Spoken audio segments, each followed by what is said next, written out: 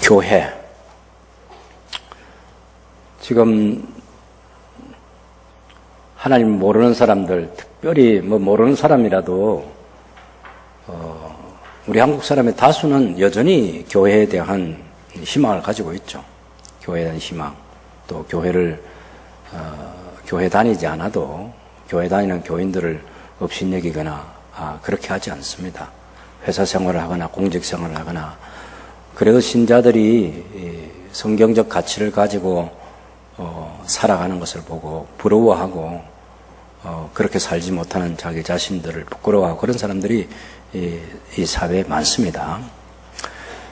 그런데 요즘에 보면 이제 아주 소수기는 하지만 아주 적극적으로 교회를 대항하려고 하는 사람들이 우리 한국 땅에서 권력을 등에 업고 자기들의 꿈을 펼치는 그런 사람들이 있어요.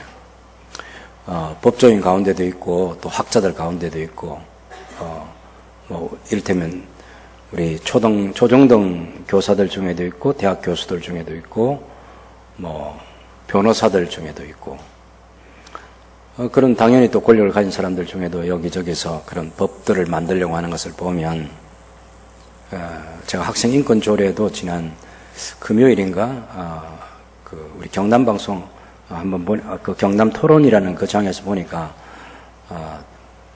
그 학생 인권 조례를 제정하려는 사람들은 10년 동안 준비를 했는데 이걸 꼭 이번에는 통과시켜야 된다. 그렇게 생각하는 선생님들이 있는가 하면 또 선생님들 그 연합회에 있는 연합회장이라든지 또 우리 최순희 목사가 교육연대 무슨 사무총장이라는 직함을 가지고 토론에 나갔던데 폐기시키고 아예 그 이번에 발표한 그것 자체를 폐기시키자 하는 사람들은 이제 그런 연합회, 교사연합회 회장이나 이제 최 목사님 같은 그런 분들은 폐기시켜야 된다. 그리고 새로 만들어야 된다.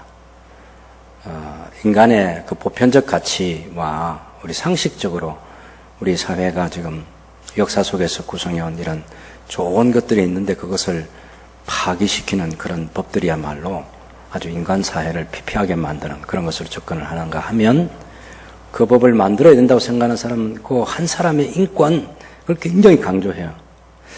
그래서 이제 한편 쭉 한 발 물러서서 보면 인권을 굉장히 강조하는 것까지는 좋아요. 근데 그 타락한 인권을 가지고 사도 바울 시대도 있었고 그보다 훨씬 이전에도 있었고 구약교회 시대도 제국시대나 그런 데 보면 이집트에서 출애굽시켜가지고 하나님 언약 백성들이 법을 줄 때 그 법들을 보면 그 시대가 얼마나 타락했는지 오늘은 자연스럽게 타락된 그 사회예요. 그걸 이제 법을 만들어가지고 인정도 해주고 권장도 하고 그 사람들이 더 번창할 수 있는 세상을 만들려고 하기 때문에 우리 교회는 그런 일이 이 땅에서 우리가 발 디디고 사는 이 땅에서 있어서는 안 된다라고 지금 항의를 하고 있는 것이죠. 근데 그 사람들은 그걸 어떻게 하든지 만들어 통과시켜가지고 그걸 시켜서 그중에 얼마가 혜택을 입을지는 모르겠지만 그래도 그런 일을 행함으로써 성경이 사형에 해당하다고 하는 그런 죄를 까지 해가면서 또 그런 동료들을 많이 만들어내려고 하는 그 일들을 인권이라는 하나의 이름으로 보호하고 더 번성하게 하려는 그 일에 자기 생애를 거는 사람들이 있다는 거죠. 이게 무서운 사회가 되고 있습니다. 그럼 교회라는 이 존재가 도대체 우리도 그러면 우리 스스로 교회가 뭐냐, 교회가. 우리는 뭔데? 왜 우리가 교회의 이 중요성을 유지해 가야 되느냐? 목사가 왜 교회를 세워가는 이것을 위해 자기 생애를 다 쏟으면서 또 교회 성도들이 헌금한 돈 가지고 자기가 평생을 그렇게 살아가는 것을 부끄러워하지 않고 자랑스럽게 생각하느냐? 그건 너무 간단한 대답이에요. 하나님께서 이 우주적인 그런 하나님의 계획, 하나님의 비전이 있어요. 그걸 세워갈 때 교회를 딱 그 중심에 뒀다는 것입니다. 구약의 수천 년의 역사를 통해서 하나님께서 계속해서 관심을 가지고 예수님을 통해서 출산하려는, 탄생시키려는, 그게 뭐냐? 교회라는 거예요, 교회. 예수님을 통해서 교회가 이 땅, 이 역사 속에 탄생을 했어요, 교회가. 물론 구약교회에 그런 성격이 있고 구약교회가 있지만, 그러나 제대로 된 교회라는 것은 여기서 머리가 딱 밝혀지잖아요. 그리스도라는 머리, 그리스도의 몸인 교회라는 이 선명한 개념 정리가 딱 이루어진 것은 신약시대라고. 예수님께서 오심으로써 그것이 이루어진 거죠. 그 사도 바울은 이 사람이 구약 유대교에 속해 있으면서 제대로 교육을 받을 만큼 다 받고 당시에 권력을 형성하고 있는 대제사장으로부터 인정도 받고 또 그런 가말리엘 문화생으로서 그런 인재한 사람이 자기 편에 서 있다, 자기 소속된 이 공동체에서 자라고 있다, 그게 얼마나 부러운 일인데, 그런 부러움의 대상이었던 사도 바울이 예수님을 만나고 나서 그걸 다 버리고 이 험난한 고난의 길을 걸어가면서 단 한 번도 후회하지 않았다. 그러니까 우리가 디모데후서 이제 순교 직전에서는 디모데후서 4장 6절에 보면 자기가 관자와 같이 내가 벌써 다 부험이 돼서 내 생이 이제 끝나간다고 얘기하면서 선한 싸움을 싸우고 달려갈 길을 다 달리고 믿음을 지켰다. 요 말은 뒤돌아보면서 단 한 번도 후회하지 않는 내 인생을 살고 나를 위해서 예비된 의의 멸류관을 삼하고 이렇게 얘기한단 말이에요. 얼마나 교회가 영광스럽게. 그래서 바울이 지금 이제 이 에베소서라는 이 편지는 로마 감옥에 지금 감옥이라는 일반적인 감옥하고는 좀 다른 가택연금 상태인데 셋집에서 황제의 12대가 지켜주고 쇠사슬에 매여 있고 어찌 보면 완전히 죄수처럼 그렇고 어찌 보면 좀 더 자유가 허용되어 있어서 찾아오는 손님에게는 하나님 나라를 얘기할 수 있는 전도가 가능한, 또 어찌 보면 그런 형편에서도 전도를 진짜 해야 되냐? 예. 좀 표현이 적절하지는 않지만 우리가 보통 이제 그런 꼬락선이라고 이런 표현을 쓰잖아요. 예? 그 쇠사슬에 매여 있는 그런 주제에 그것도 예수 때문에, 그 복음 때문에 그렇게 매여 있는데 이게 뭐 자랑스럽다고 예수님을 계속해서 말하고 하나님 나라를 얘기하겠냐는 거죠. 근데 바울이 그 인연을 충분히 얘기하면서 그 시간을 보낸 거죠. 얼마나 자랑스럽고 얼마나 명예롭기 때문에. 한 번도 교회 이야기하고 한 번도 예수님 얘기하고 하나님의 이야기하면서 어떤 형편에 처하든지 후회함이 없었다는 얘기예요. 에베소 한번 생각해 보세요. 사도행전 19장에서 보면 18장 우리가 거기서 이제 사도 바울이 처음에는 고린도 교회를 세우고 돌아오는 길에 2차 전도 여행 마지막에 그 에베소에 잠깐 들립니다만은 그 에베소에서 오래 머물지 못하고 때가 되면 내가 다시 오겠다 하고 빨리 귀환을 하죠. 귀국합니다. 그리고 3차 전도 여행 때 19장 우리가 거기를 보면 이제 바울이 에베소에 가서 제대로 된 사역을 하죠. 처음엔 석 달 동안 회당에 들어가 가지고 하나님 나라를 이야기하다가 쫓겨나서 2년 동안 두란노 서원이라고 하는 그 서원을 빌려 가지고 2년 동안 하나님 일꾼들을 길러내고 교회를 세우는 그런 일을 하죠. 그 결과 어마어마한 변화가 일어나 가지고 여러분 사도행전 19장 한번 펴보세요. 저와 같이 한번. 에베소라는 이 도시가 무시무시한 도시인데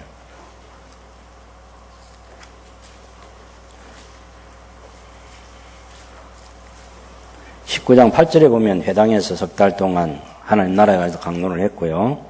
9절에 보면 두란노 서원에서 날마다 강론을 했어요. 날마다. 그러니까 안식일을 빼놓고는 다 했겠지. 10절은 2해 동안 이같이 하니 아시아에 사는 자는 유대인이나 헬라인이나 다 주의 말씀을 듣더라. 아시아에 에베소예요. 에베소를 말해요. 에베소. 예? 거기서 터키의 그 에베소에 사는 자는 유대인이나 헬라인이나 이방인이나 다 주의 말씀을 듣더라. 충분히 전도하고 그렇게 한 거죠.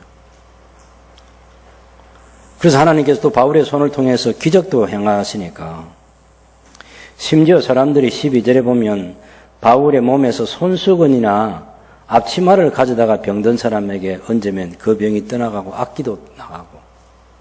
그러니 보통 기적이 아니에요, 이거는. 예? 누구도 흉내낼 수 없는 거야. 예수님에게도 예수님이 이렇게까지 하진 않았어요. 예수님이 이보다 더한 일도 하실 수 있지만 예수님은 그런 거 하지 않았어요. 근데 사도 바울은 하나님께서 바울을 통해서 역사하기 시작하는데 앞치마를 갖고 다른 병자들한테 갖다 놓아도 그게 살아난단 말이에요. 마수라는 사람들이 책을 불태우는 데 생깁니다. 19절을 보면 마수를 행하는 많은 사람이 그 책을 모아가지고 와서 모든 사람 앞에서 불사르니 그 책값을 계산한 적 은 5만이나 되더라. 5만 불이면 어마어마하죠. 어마어마. 그 에베소란 도시가 그 우상의 정각지기, 그죠? 그 35절, 19장 35절에 보면 이제 역사가 진행돼 가지고 어떤 일이 있냐면 그 우상 숭배가 지금 이게 더 지속이 안 되는 거예요, 이게. 그러니까 거기 23절 이하에 나오는 은장색 데메드리오라는 사람의 이 장사가 안 돼가지고 24절 보면 이 신상 은으로 아데미 신상 모형을 만들어서 장사를 해가지고 자기도 돈을 벌고 직공들에게 월급도 주고 기업을 하는 그런 사람이란 말이에요. 이 바울 때문에 이제 이게 장사가 안 돼. 사람들이 그 아데미 여신상을 이제 안 사가는 거야. 그러니 폭동을 일으키지 않습니까? 바울의 신변이 굉장히 위태로워졌어요.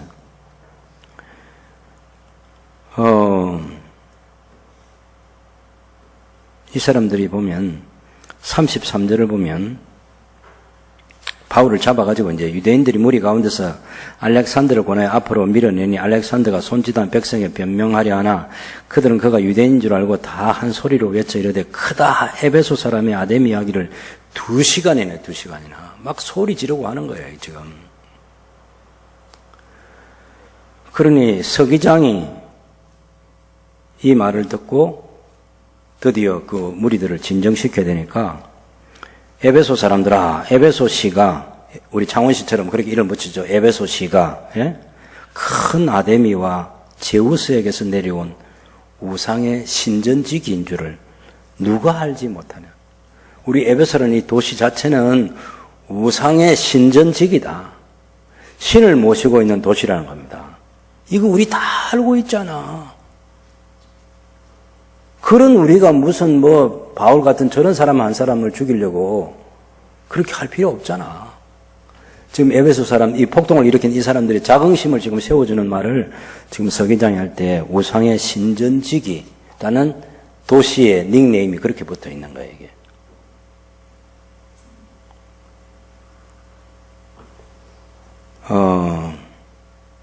그래서 신전 물건을 도둑질하지도 아니하고 우리 여신을 비방하지도 아니한 이 사람들 너희가 붙잡아 왔으니 만일 데메드리오와 그와 함께 있는 직공들이 누구에게 고발할 것이 있으면 재판 날이 딱 정해진 재판 날이 있어서 언제든지 고소를 하라는 거예요. 재판할 수 있다.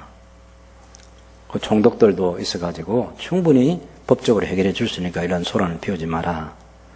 거기도 안 되면 정식으로 민회에 요청해서 도움을 받으면 된다. 그렇게 해서 그 모임을 해산시킵니다. 그러니 에베소라는 도시가 얼마나 변화된지 아시겠죠. 사도바울이 거기서 3차 전도 여행의 열매가 바로 이 에베소고, 여기서 이제 고린도 전서 편지 보내고 고린도 후서 편지 보내고 다 에베소에서 다 한 일입니다, 그게.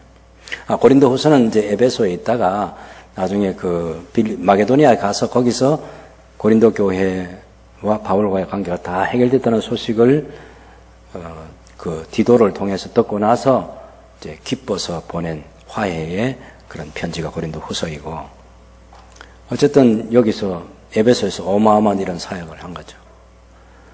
바울이 눈으로 딱 봤잖아요. 에베소 들어갈 때 앞이 캄캄한 도시 아니겠습니까? 아데미 여신의 그 신전이 길이가 100 몇십 미터 되는 그 축구장보다 훨씬 몇십 미터 더 큰 거예요, 그게. 거기다 기둥 한 개의 높이가 19m나 된다고. 여기서 뭐 이거 다 해봐야 5m 되겠습니까? 19m 높이. 그게 1.2m 간격으로 몇 개가 세워져 있냐면 127개가 세워져 있는 아데미 신전의 크기를 생각해 보면 어마어마한 거죠. 어마어마한 거. 거기서 아는 사람 없으니까 아는 사람이 유대인이잖아요. 모이는 데가 어디입니까? 회당이란 말이에요. 그래서 석 달 동안 했는데 쫓겨나서. 당연히 예수는 그리스도라니까 유대인들이 그걸 용납하겠어? 쫓겨나가지고 두란노석원 뭐 전세인지 월세인지 뭐 사글세인지 그건 모르겠지만 일단 세내 가지고 자기 거 아니잖아요. 오전 11시부터 오후 4시까지 그런 가르침을 베풀은 거죠. 그래서 모든 사람들이 바울이 직접 하기도 하고 자기가 키운 사람들을 통해서 또 나가서 전하기도 하기도 하고, 그래서 그 도시에 사는 모든 사람, 유대인이든지 이방인이든지 다 주님의 말씀을 듣게 되는 결과가 생기고, 마술하는 사람들까지 와서 저걸 다 불태워버리고 회개하고 새로운 공동체가 되는 이걸 바울이 본 거죠. 그런데 교회당은 없습니다. 에베소에 교회당이 있는 게 아니, 세승교회 같은 이런 교회당이 에베소에 딱 있는 게 아니에요. 그 시대는 이런 건물이 없다고. 모이면 집에서 모이거나 뭐 그런 거잖아요. 그런데 에베소에 여러 가정교회들이 있었겠죠. 유대인 그리스도인도 있고 이방인 그리스도인도 있고. 바울이 그 교회에서 3년 동안 사역하고 드디어 3차 전도 여행을 끝내고 이제 고린도 들러서 로마서 편지 쓰고 예루살렘에 왔다가 지금 붙잡혀가지고 에베소서라는 편지를 쓰고 있는 로마에 오기까지 4년이 걸려요. 4년이.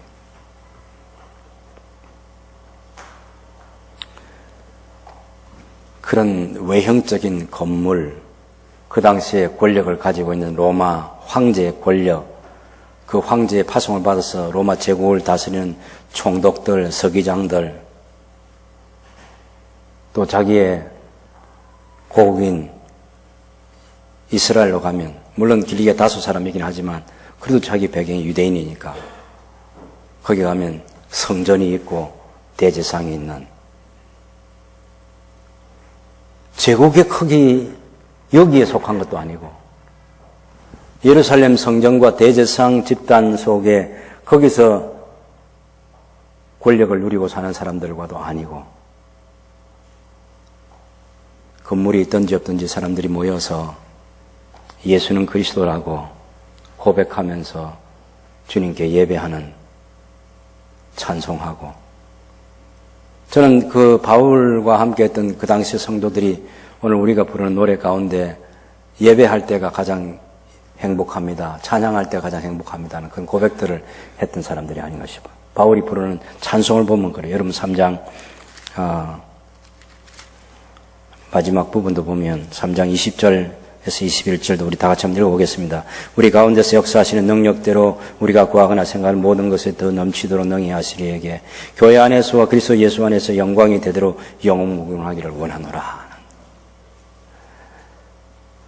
그래서 사도 바울이 그런 그 당시의 우상 숭배가 1차, 2차, 3차 전도여행 다니면서 그리스에서도 본 파르테논 신전을 비롯해가지고 어마어마한 신전들이 거기에 있는 것도 보았고, 그리스란 나라 전체가 우상의 도시잖아요, 사실은. 고린도에 갔을 때도 그랬고, 에베소, 터키, 다른 데서도 복음 전할 때 그런데 이 터키의 이 에베소 지역도 그런 아데미 여신 섬기고 있는 그 당시 가장 큰 도시였습니다. 그런 데서 교회라는 이 존재가 건물로서의 존재감이 아니라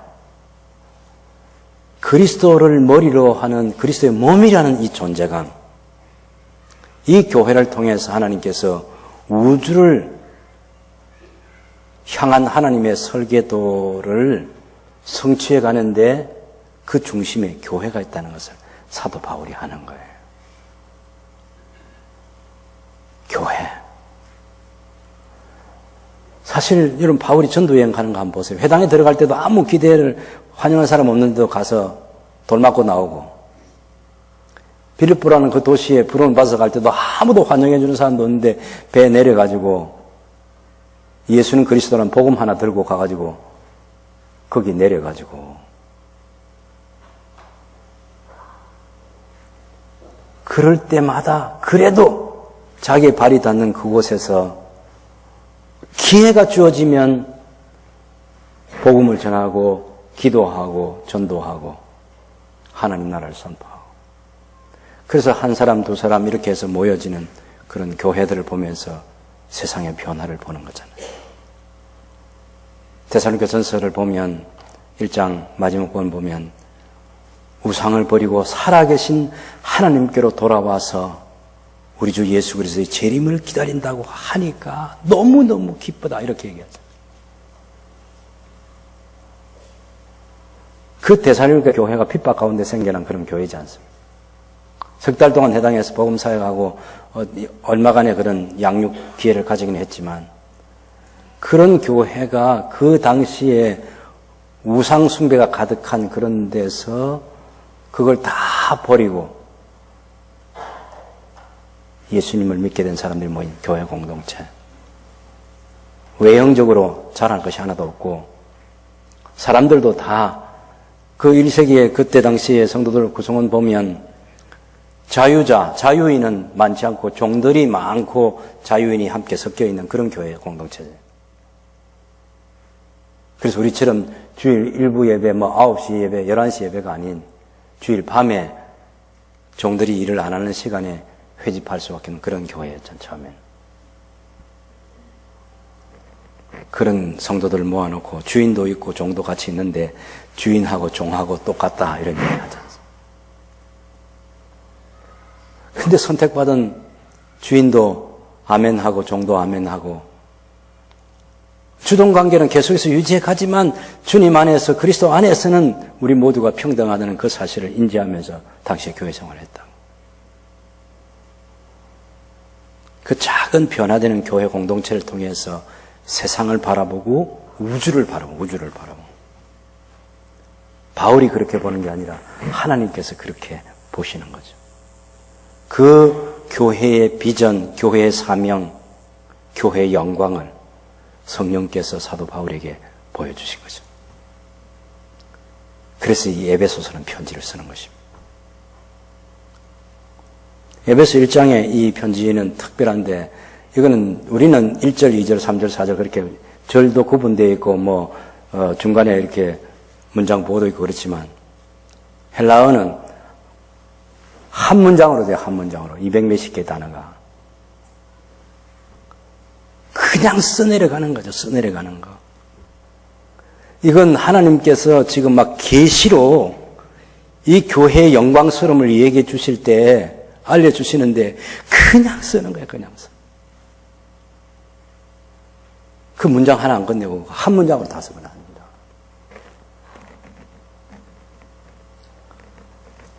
그래서 이걸 읽어보면 전체 다 읽어도 한 10분 안에 읽을 수 있는 건 제가 조금 전에 2번 읽어보고 왔으니까요.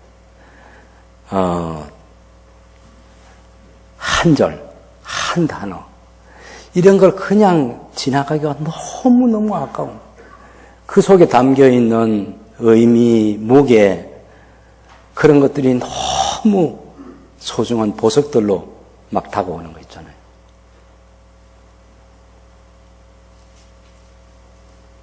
우주에 대한 계획을 하나님이 세우시는데 그 중심에 교회를 두셨다는 거예요. 세상 가운데서는 초라하게 여겨질 수밖에 없는 그 교회인데 하나님과 하나님의 계시를 바울은 단 한 번도 교회 숫자가 적다든지 건물이 없다든지 그런 것 때문에 꿀려본 적이 없는 거죠. 결국은 이 세상이 하나님과 우리 주 예수 그리스도의 나라로 바뀐다는 그 확신 속에서 살았던 사람이에요. 자기들이 이 사도 바울이 고린도후서 11장에서 말하고 있는 그런 40에 하나 감한매를 5번이나 맞고 3번 태장으로 맞고 배가 파손돼 가지고 밤낮을 죽을 고생을 하고 줄이기도 많이 하고 추위 때문에 많이 떨기도 하고 근데 그런 건 다 고사하고 그런 건 그때뿐이고 지나가면 아무것도 아니라는 거예요. 그런데 늘 내게 눌리는 것은 교회를 위한 염려라 이렇게 하거든요. 그 바울이 얼마나 교회를 사랑했으면 얼마나 교회가 영광스럽고 교회가 소중했으면 그 교회의 머리가 그리스도고 교회는 그리스도의 몸이라는 거예요.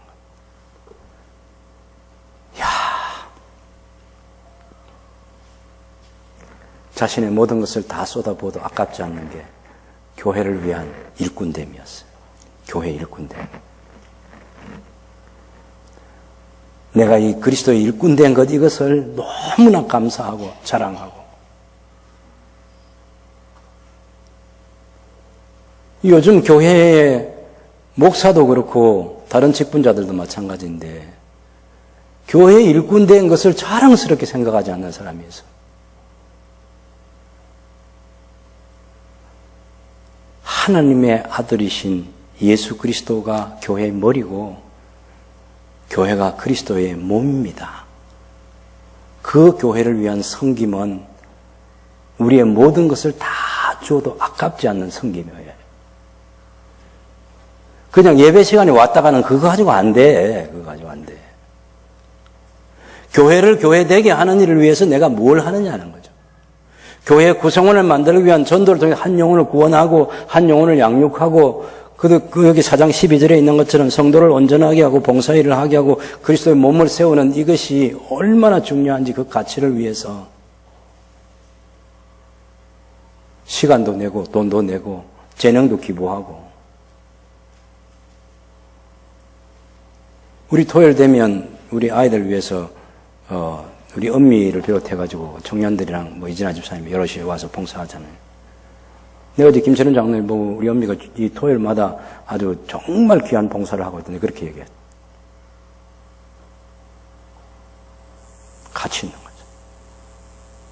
교회를 교회되게 하기 위해서 자라는 아이들을 세워주는 귀한 가치 있는 일, 독서 사역을 통해서 하고 있죠.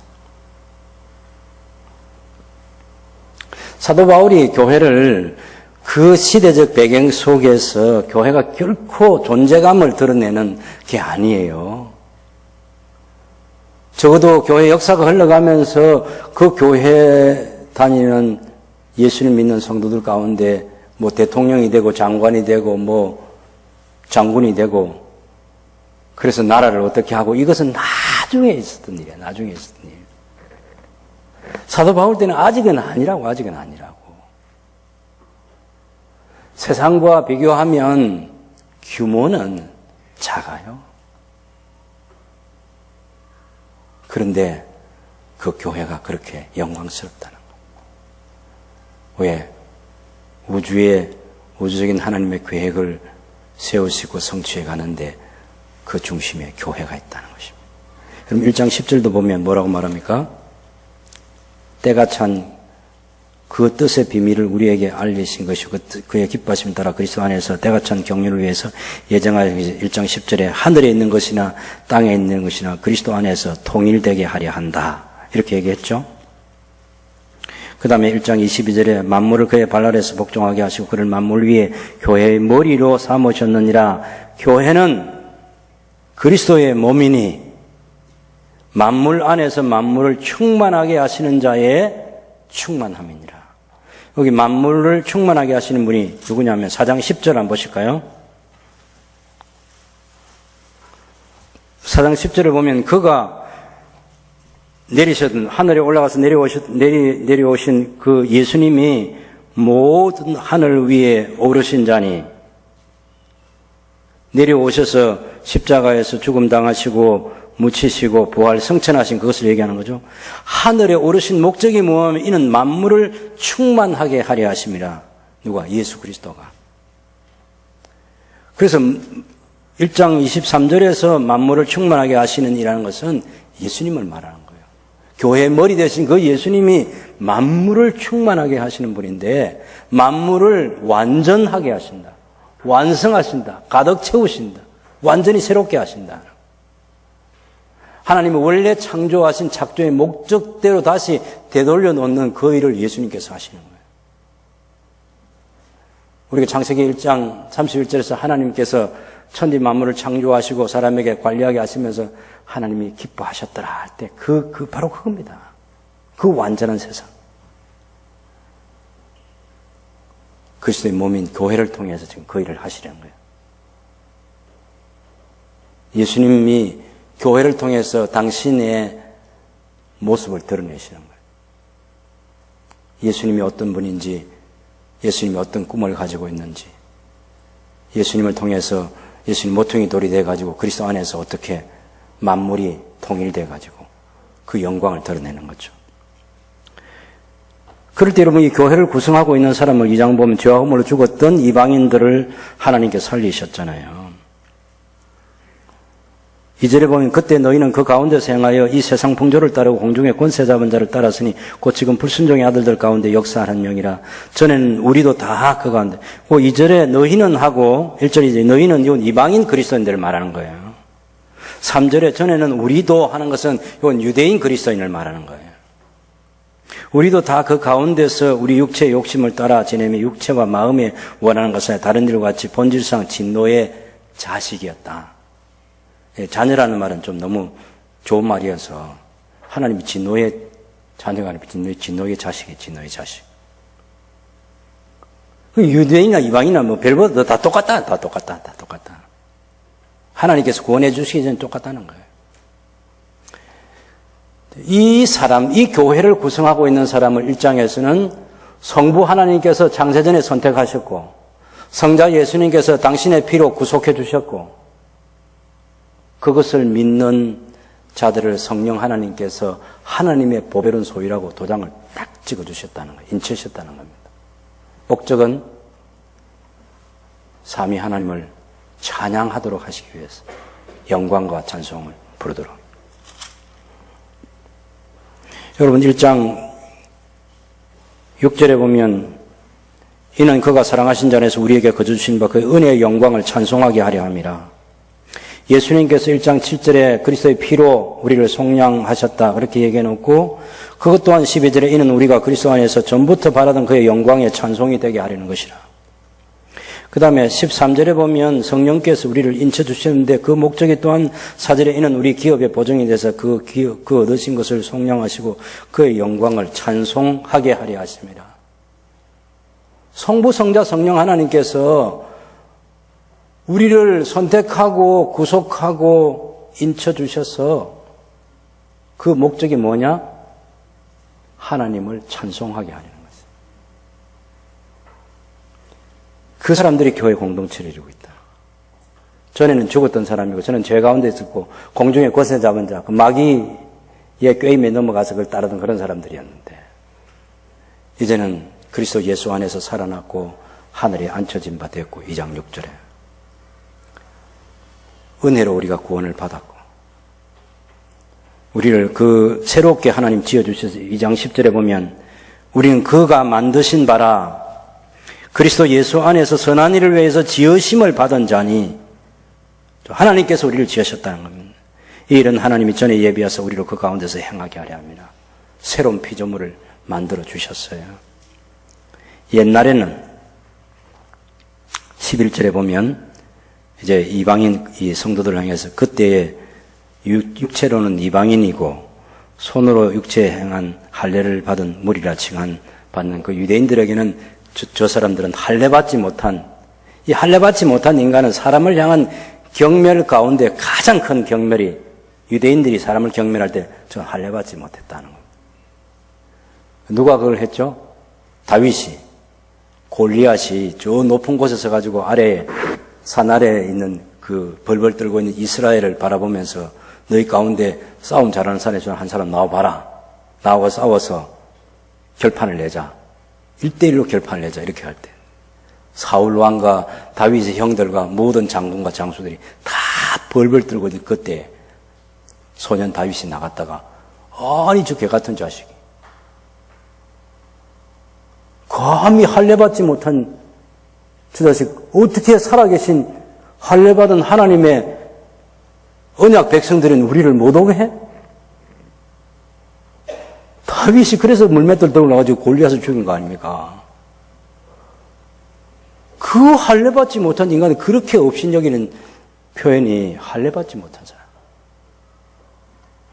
한때 유대인들이 그런 취급을 받은 것이 우리 이방인이라고 말입니다. 그런데 예수님의 십자가의 피로 하나님과 화평하게 되고 유대인과 이방인이 믿음으로 서로 화평하게 되고 하나가 되고 둘이 같이 나란히 하나님 앞에 나가서 하나님을 아버지라고 부르고 있을 수 없는 일이 일어난 거야. 이게 있을 수 없는 일.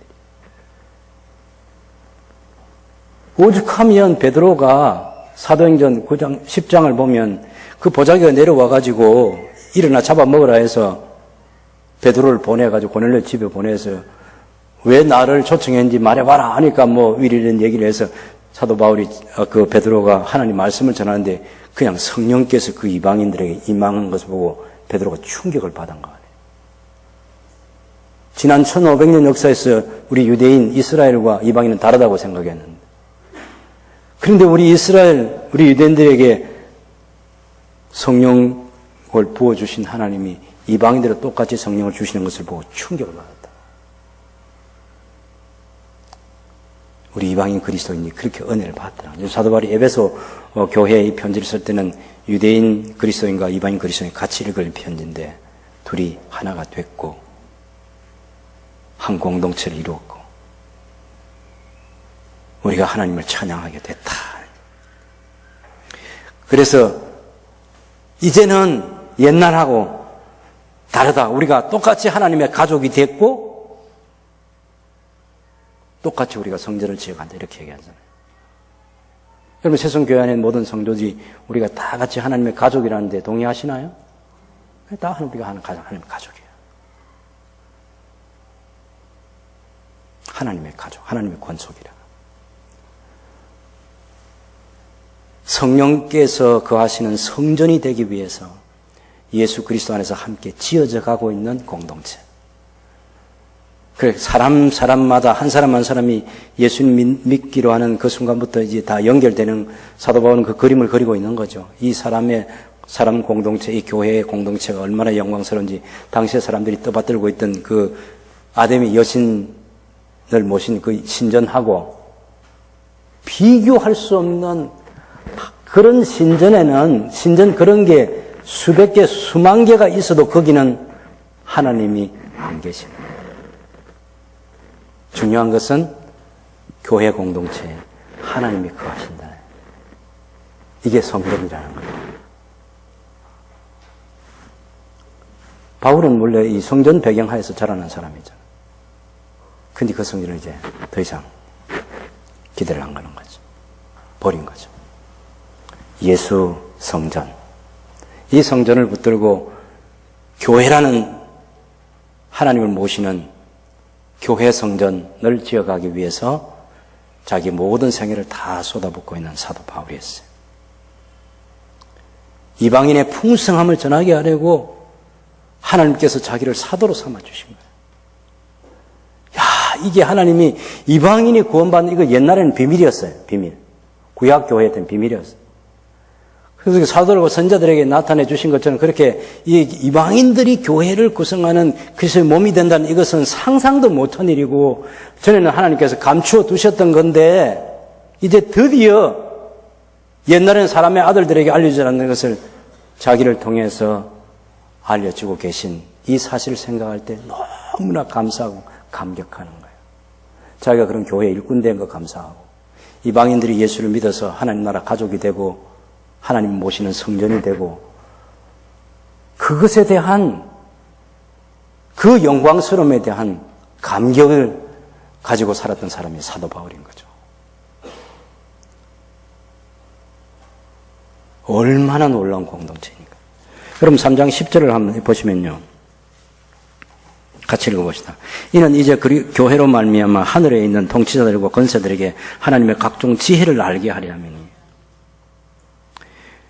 여기 이 하늘에 있는 통치자들과 권세들을 선한 천사로 보는 사람도 있지만 이건 이 2장에 나오는 것처럼 악한 천사로 보는 게 좋습니다. 악한 영. 공중의 권세 잡은 자를 소개되어 있는 그런 하늘에 있는 통치자들과 권세들. 여전히 하나님께로부터 쫓겨났지만 아직도 영향력을 행사하고 있는 그런 악한 영들이 있잖아요. 그 영들이 하는 일은 뭐겠습니까? 하나님과 언약 공동체 교회를 이간질시키는 그런 일을 하는 거죠. 마귀의 괴계라는 거. 마귀의 관계. 지금도 이런. 그래서 우리 창세기 3장으로 돌아보면 그 에덴 동산에 있던 그 아담과 하와라고 하는 이 영광스러운 가족을 이루어서 하나님 나라를 이루어가야 될 이걸 하나님을 대항하는 하다가 쫓겨나가지고 하나님을 대항할 수는 없으니까 하나님께서 관심을 가지고 있는 그 가정을 파괴시켜버리잖아요. 그 사탄이 합니다. 근데 하나님께서 뭐 여러분 다 알고 있는 대로 그렇게 하지 못하게 할 수도 있잖아요. 아니 감히 우리 가정 내가 세우는 가정을 네가 그러면서 그 마귀를 하나님께 막을 수도 있고 한데 그렇게 하지 않아요. 가만히 지켜보는 거야. 하와가 넘어가고 열매 따먹고 자기 남편에게 주어서 자기 남편 아담도 열매 따먹고 넘어가고 그 과정 다 지켜보면서 다 넘어가는 거 다 보고 난 뒤에 나중에 왜 그랬냐 이렇게 또 물어보고 시침이 뚝 떼고 그죠. 그래도 아담이 우리보다는 좀 나은 것 같아. 우리는 뭐 다 아시면서 그래요. 이렇게 대답했을 건데 그 아담은 그렇게 막 가는 인생은 아니라. 왜 하나님께서 그렇게 넘어가는 과정, 마귀가 그렇게 하는 거 다 보면서 하나님 지켜보셨죠? 하나님 자신감이에요. 하나님의 자신감. 그렇게 해도 에베소 3장 10절 교회를 통해서 하나님의 각종 지혜, 다채로운 하나님의 모든 지혜의 영광스러움이 다 드러나게 됩니다. 유대인 그리스도인과 이방인 그리스도인을 통해서 그리스도의 몸으로서의 하나님의 영광을 드리는 그 교회 공동체가 마침내 완성되게 될 그 성전을 지금 생각하는. 그래서 하나님께서 악한 천사들에게 봐, 교회.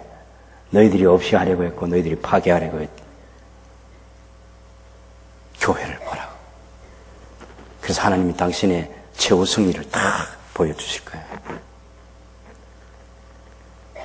그게 교회라는 것입니다. 이렇게 새롭게 된 교회 공동체가 물론 에베소 교회가 3년 동안 바울이 그렇게 가르치고 사역했지만 여전히 부족함을 가지고 있는 거죠. 교회 안에 싸움도 있고 갈등도 있고 우리가 그 계시록 2장에 보면 에베소 교회를 보면 그 에베소 교회가 말씀대로 살려고 충성을 다하는 사람과 그렇지 않은 사람들 사이의 관계가 멀어지고 원래 교리를 가지고 따지고 하는 사람들은 사람들을 다 칼 가지고 이게 재단만 한단 말이에요. 그럼 사랑이 없어져.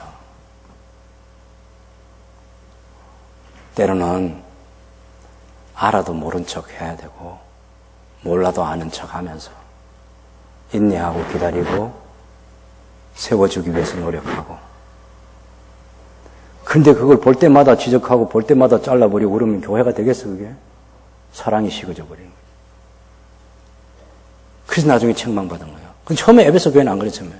사도 바울이 세울 때나 그 이후에 디모데가 사역할 때나 그럴 때는 안 그랬다고. 그리고 여전히 이제 이 교회가 성장해 가야 되는 그 교회라는 것은 교회 미래는 그렇게 영광스러운 지금 현실은 그게 아니잖아.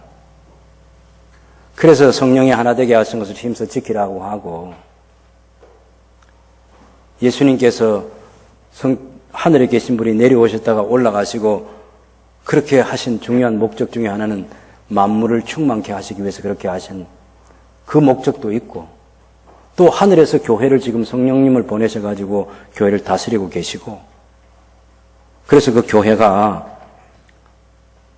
그 성령께서 은사를 주셔서 어떤 사람은 사도로, 어떤 사람 복음 전하는 사람, 어떤 사람 전한 그 선지자로, 어떤 사람 목사와 교사로 그렇게 일꾼들을 세워주셨는데, 그 사람들 하는 건 성경 공부 같은 거 하고 뭐 우리 제자 훈련이라 그런 말도 하고 여러 가지 하지만 어쨌든 성도가 하나님 앞에 직접 나아가서 하나님을 대면하고 살아갈 수 있는 성숙한 그리스도인 되게 하기 위해서 노력을 교회 모든 지도자들이 다 하게 하는 것이고, 그렇게 해서 그 사람이 봉사해가지고 그리스도의 몸을 세우는 이 하나님 목적이 있다. 그리고 교회는 믿는 것과 아는 일이 하나가 되어야 되고, 우리의 성장의 목표는 그리스도의 장성한 분량이라는 거기에 딱 목표를 정해놓고 살아가야 되고, 그렇게 할 때 1차적으로는 그리스도와 연결이 되어 있어야 된다. 그리스도로부터 모든 것을 다 공급받아야 되니까. 그리고 그렇게 공급받은 것을 성도끼리 서로 나누어야 되니까 교회가 또 각 마디가 서로 연결되어 있어야 된다. 이 얘기를 4장 16절에 하는 거죠. 4장 16절에.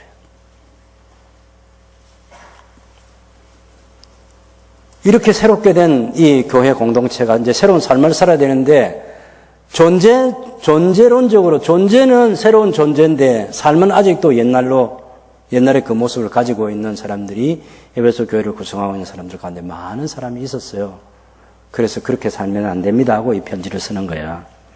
그 중에 이 성경 번역과 관계해서 중요한 게 있는데, 4장 22절 보면 4장 21절부터 봅시다. 진리가 예수 안에 있는 같이 너희가 참으로 그에게서 듣고라는, 참으로 그를 듣고 예수님을 듣고 또한 그 안에서 예수님 안에서 가르침을 받았다. 또 너희는 유혹의 욕심을 따라 썩어져가는 구습을 따르는 옛사람을 벗어버렸다. 오직 너희의 심령이 새롭게 되었다. 하나님을 따라 의와 진리의 거룩함으로 지으심 받은 새 사람이다. 새 사람이다. 그래서 새 삶을 살아야 된다는 거 4장 25절부터 쭉 해서 옛날에 살아갔던 그런 습관들을 버리는, 이웃과 더불어 참된 말을 하고 분을 내도 죄를 짓지 말고 해가 지도록 분을 품지 마귀의 틈을 주면 도둑질하는 자는 다시 도둑질하고 일을 해가지고 구제도 하고 더러운 말 하지 말고 그런 거 쭉 얘기하는 거지. 그래서 4장 30절에 하나님의 성령을 근심하게 하지 말라. 새로운 존재가 되었으니까 새 삶을 살아라. 새로운 백성으로 살아라. 그래서 5장 1절 이하에도 그러므로 하나님의 사랑받는 자녀같이 너희는 하나님을 본받는 자가 되라. 야, 이 사도 바울이 상당히 지혜로운 거죠. 물론 때로는 사도 바울은 자기를 본받는 자가 되라 이렇게 자신 있게 얘기할 때도 있어요.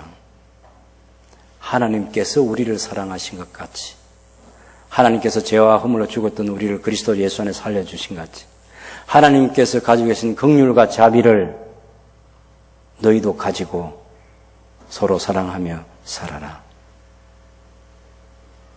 그리스도께서 너희를 사랑하신 것 같이 너희도 사랑 가운데서 행하라. 그런 얘기를 하는 거죠. 음행과 온갖 더러움과 탐욕을 다 버리라 하고, 6절에 보면 너희도 헛된 말로 5장 6절에 너희를 속이지 못하게 하고 새 삶을 살아라. 빛의 자녀들처럼 행하라. 5장 8절에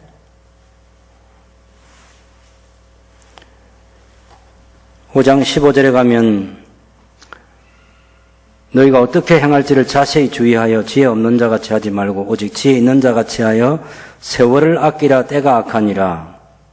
그러므로 어리석은 자가 되지 말고 오직 주의 뜻이 무엇인가 이해하라. 술 취하지 말라. 이는 방탕한 것이니 오직 성령으로 충만함을 받으라.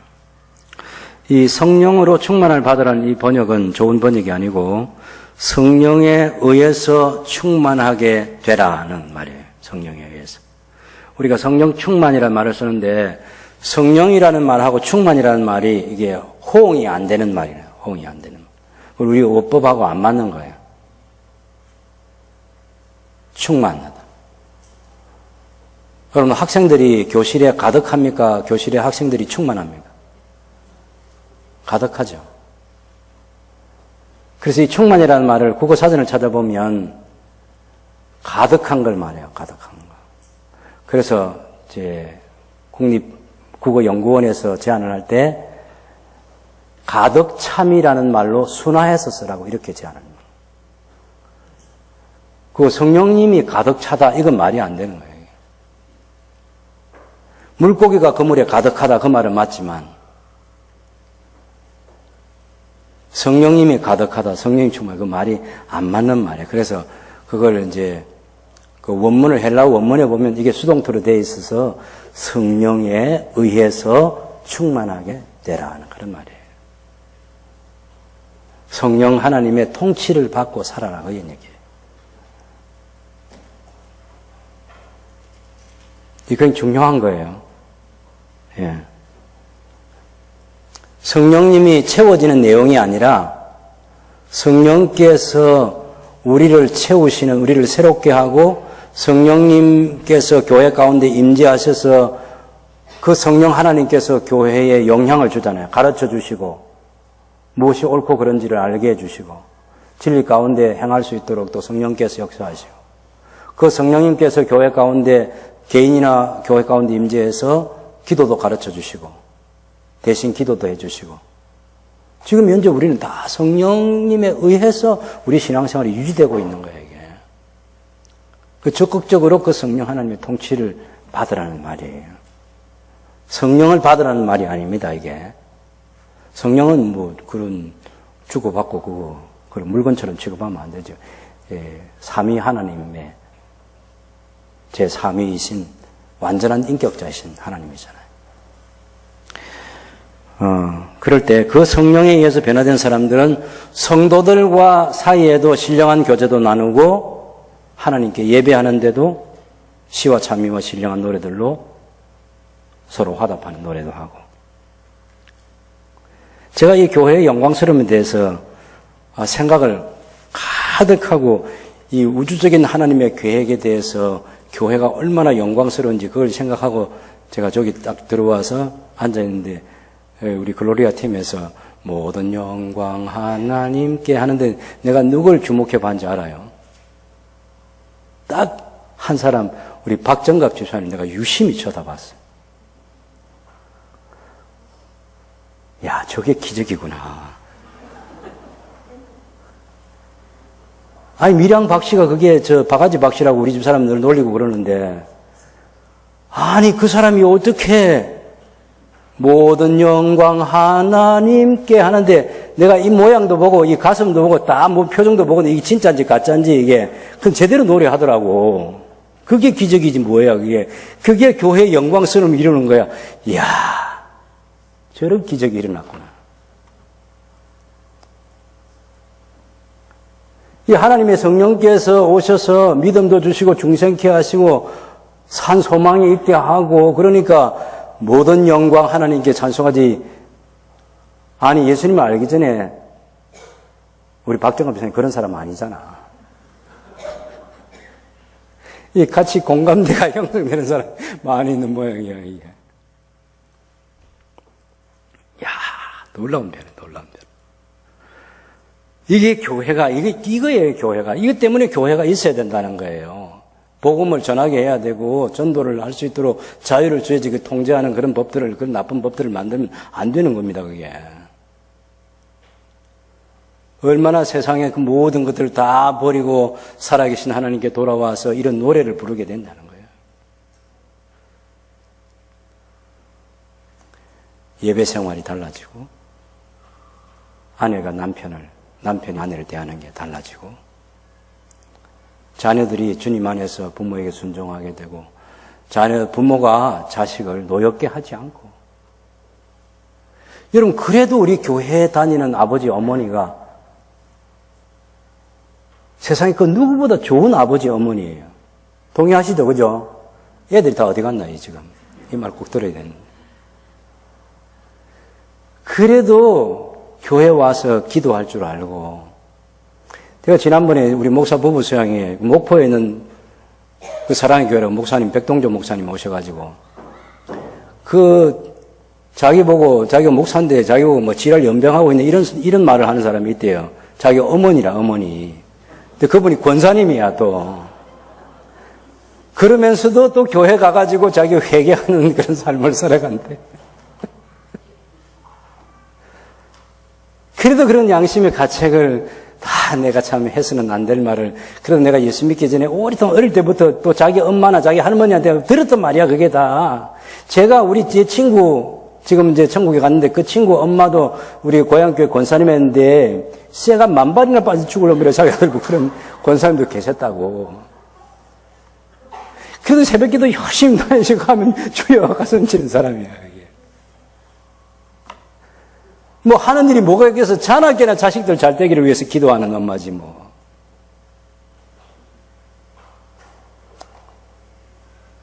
그래서 부모와 자녀의 새로운 관계가 만들어지는 겁니다. 그래도 교회 다니는 사람이 직장생활 잘하잖아. 그래도 한번 생각해보고 내가 지난주에 내가 제대로 살았는지 교회 와서 한번 더듬어 보고 하나님 살려고 노력했는데 잘 안 됐습니다라는 그런 고백도 하지만 그래도 잘 살려고 노력하잖아. 우리 교인들을 자기 직장에 직원으로 써준 사람들도 우리 교인들 보고 감사해야지. 다 죽게 하듯 그리스도께 하듯 하려고 하고. 또 그리스도인 이 고용인들도 다른 사람보다는 그래도 여러분 우리 진짜 우리 대한민국이 내가 염려스러운 것 중에 하나는 우리 그 육군 대장 박찬주 대장 있잖아요. 그거 그 기감병한테 욕을 했다든가 그래가지고 그거 재판 받고 하는데 그 박찬주 대장을 옷 벗기는데 결국 마지막 모든 게 다 무죄고 뇌물이 180 몇만 원인가 그거 가지고 옷을 벗겼어요. 세상에 이런 대한민국이 있습니까? 세계에 이런 나라는 없습니다. 그 사람이 굉장히 신앙 좋은 사람이에요.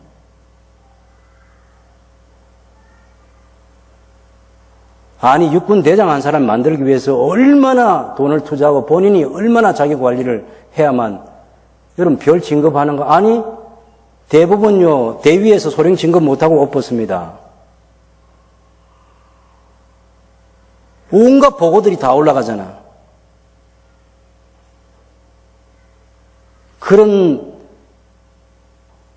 조사를 받으면서도 다 깨끗한 사람이 되어서 그런 별을 달고 사성장군이 된 거예요. 야, 진짜 우리나라 걱정입니다, 이게.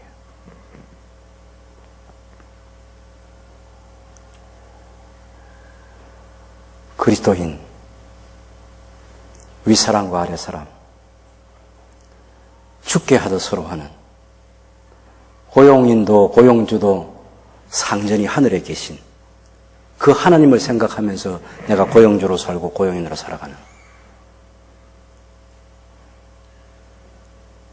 이런 교회 공동체, 성도들의 변화된 삶,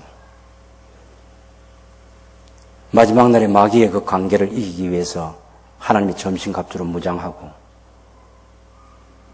복음을 믿음으로 가지는 구원의 확신을 가지고 구원의 투구를 쓰고 기도하면서 깨어있는 삶을 살고 계속해서 복음의 진보를 이루기 위해서 노력하는 사람들을 위해서 기도하고 그러잖아요.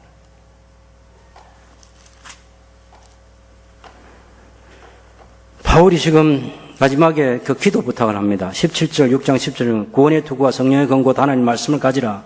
모든 기도와 간구를 하되 항상 성령 안에서 기도하고 이를 위해서 깨어 구하기를 항상 힘쓰며 여러 성도를 위해서 구하라.